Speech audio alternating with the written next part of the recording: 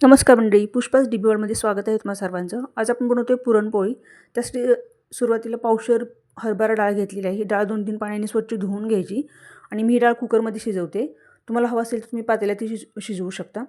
आता मी यामध्ये 1.5 ग्लास पाणी वापरले. जास्त पाणी जर वापरलं तर कुकरमधून पाणी बाहेर येतं, त्यामुळे अंदाजे पाणी ओतायचं आहे. ह्यात 1 टीस्पून तेल घातलेलं आहे आणि आपण डाळ छान मऊ अशी शिजवून घ्यायची.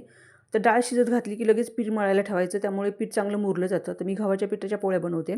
त्यामुळे सुरुवातीला चवीनुसार मीठ घेतले आणि जे आपलं गव्हाचं पीठ आहे ते आपण चाळून घेतलेलं आहे.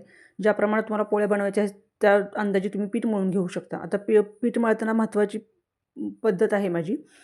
तर पीठ सुरुवातीला आपण घट्ट मळून घ्यायचं आणि नंतर ते मळत मळत मऊ करून घ्यायचं. तर सुरुवातीला पाणी जास्त म्हणजे पीठ मळताना वापर नाही करायचा. बघू शकता मी फक्त पाण्याचा हात बुडवते आणि पीठ छान असं मऊसर मळून घ्यायचं आहे. या पद्धतीने एक वेळ तुम्ही नक्की नक्की पोळ्या बनवून पहा. पोळ्या खूप छान होतात. पद्धत थोडीशी माझी वेगळी आहे पीठ भिजवण्याची. सर्वांच्या वेगवेगळ्या पद्धती असतात. आता पहा मी पीठ छान मऊ करून घेतलं आणि पाण्याचा हात फक्त परातीला खाली पुसून घेतलेला आहे आणि वरूनही तो ओला हात फक्त असा पिठावर दाबून घेतला आहे आणि ती बाजू परत पलटी करून पीठ छान त्या पाण्यामध्ये असं ठेवून द्यायचं आहे आणि आपण झाकण ठेवायचं आहे. अशा पद्धतीनं तुम्हाला बाकीचं काम तुम्ही करू शकता आणि पीठ छान मुरलं जातं. आता आपण सुंठ, वेलची आणि जायफळ हे वाटून घ्यायचं आहे तोपर्यंत. गूळ जो आहे तो बारीक करून घ्यायचा आहे. हे सगळे आपण पीठ मुरत ठेवलं की नंतर कामे करून घ्यायची आणि पीठ जेवढा जास्त वेळ मुरलं जाईल तेवढं पीठ छान मऊ होतं. आता पहा आपली डाळ इकडे छान मऊ अशी शिजलेली आहे. तर डाळीचं आपण आमटीसाठी पाणी काढून घेणार आहोत.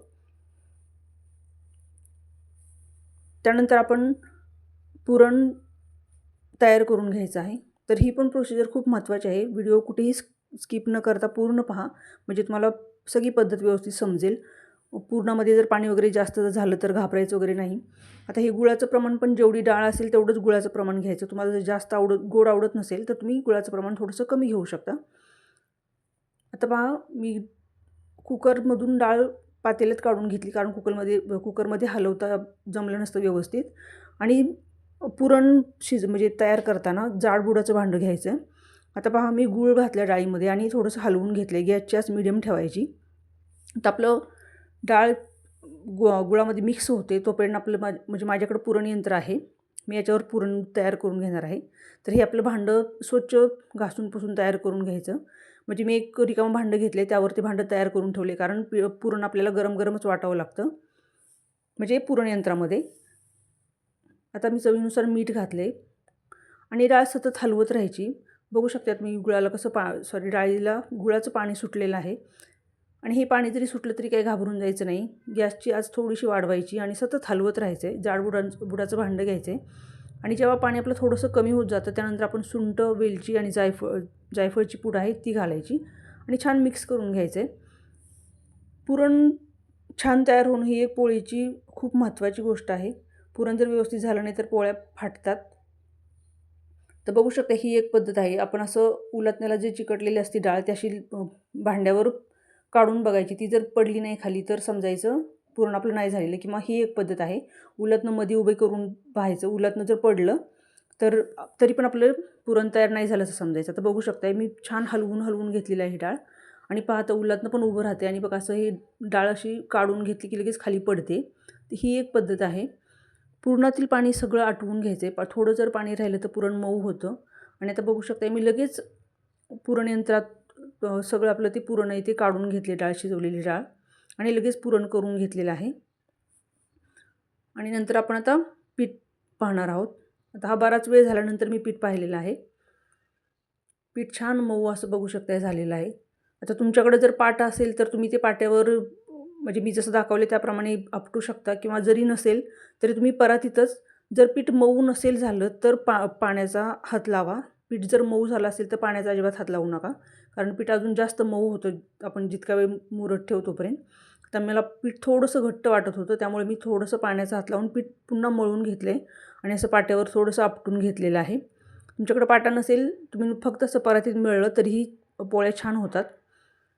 आणि यानंतर मी पीठ चांगलं मळून घेतले. त्याच्यावर 2 टीस्पून नंतर मी तेल लावून पुन्हा पीठ चांगलं मळून घेतलेलं आहे. त्यामुळं पीठ चांगलं मऊ होतं आणि पोळ्याही छान मऊ होतात. बघू शकताय 2 टीस्पून मी तेल लावले आणि पीठ जेवढं चांगलं मळलं जाईल तेवढ्या पोळ्या खूप सुंदर होतात. आपल्या चॅनलवर बऱ्याचशा नवीन नवीन रेसिपी आहेत, तर चॅनलला सबस्क्राईब करा, बेल आयकॉनचं बटन प्रेस करून ठेवा. आता बघा आपलं पीठ मळून झालेले, आपण आता पोळ्या बनवायला घेणार आहोत. तुम्हाला जेवढी पोळी आवडते मोठी छोटी त्यानुसार तुम्ही तो गोळी घ्यायची आहे. मी लिंबाच्या आकाराची पिठाची गोळी घेतली आणि बघू शकता अशी खोलगट वाटी तयार करून घ्यायची. आणि यामध्ये जेवढी लिंबाची गोळी असेल त्यापेक्षा थोडंसं जास्त पुरण घ्यायचं.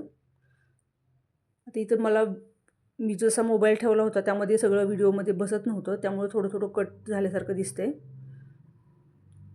बघा पिठाची चांगली वाटी तयार करून घ्यायची आणि त्यामध्ये जेवढं बसेल तेवढं पुरण आपण असं खाली दाबून दाबून बसवायचं. मी बघू शकता कसं केले ते.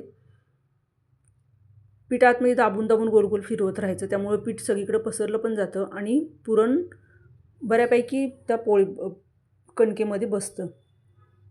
छान असं बंद करून घ्यायचा गोळा. तर मी पिठामध्ये घुसवून घेते आणि हे पण हलक्या हाताने हे पण प्रोसिजर करायची. हलक्या हाताने दाबत दाबत पुरण जे आहे ते कणकीमध्ये सगळीकडे पसरवून गोल गोल करून घ्यायचं, किंवा तुम्ही असं हातावर पोळपाटावर थोडंसं थापूनही तसं करू शकता. आता छान पहा मी असं पुरण छान पसरवून घेतले आणि हलक्या हाताने पोळी लाटून घ्यायची. पोळी लाटताना ही पण पद्धत खूप महत्त्वाची आहे. म्हणजे ज्याप्रमाणे आपण पोळी लाटतो त्यानुसार पोळी लाटताना एकदम हलकं लाटणं त्याच्यावर फिरवायचं. पोळी अलटीपलटी करत राहायची, त्यामुळे पोळी जाड होत नाही. दोन्ही साईडनं पोळी चांगली लाटली जाते. कारण कधी कधी कसं होतं एका साईडला जाड होते, एका साईडला पातळ होते, मध्ये कुठंतरी जाड खाताना आपल्याला लागते, तर तसं होत नाही. आणि पोळी सतत फिरवत राहायचं, अलटीपलटी करून घ्यायची, त्यामुळे पोळी एकसारखी लाटली जाते. तर मला पातळ पोळी आवडते, त्यामुळे मी एकदम अशा पातळ पोळ्या लाटते. पाहू शकता पुरण ही सगळीकडे त्या पोळीच्यामध्ये पसरलेलं दिसते. पोळी लाटताना हे खूप महत्त्वाचं आहे की पोळी अगदी हलक्या हाताने लाटायची, त्यामुळे बरोबर पोळी सगळीकडे फिरली जाते आणि सगळी साईड एकसारखी लाटली जाते. जिथे आपल्या हाताला जाड वाटेल त्या साईडून पोळी लाटणं त्याच्यावरून हलक्या हाताने फिरवून घ्यायचं आणि जेवढं तुम्ही हलक्या हाताने फिरवाल तेवढी पोळी गोल गोल फिरली जाते. बघू शकता आता छान आपली पोळी तयार होत आलेली आहे. पीठ जेवढं चांगलं मळलं जाईल तेवढी पोळी छान होते. आणि एक काम करायचं, जेव्हा आपण सुरुवातीला डाळ घालतो की लगेच पीठ मळून घ्यायचं आणि बाकीचं काम करत राहायचं, त्यामुळे पीठ तेवढ्या वेळामध्ये चांगलं मळलं जातं, मुरलं जातं. आता आपली पोळी लाटून झाली, तव्याला मी तेल लावून घेते. मी तेल आणि तूप एकत्र केलेलं आहे.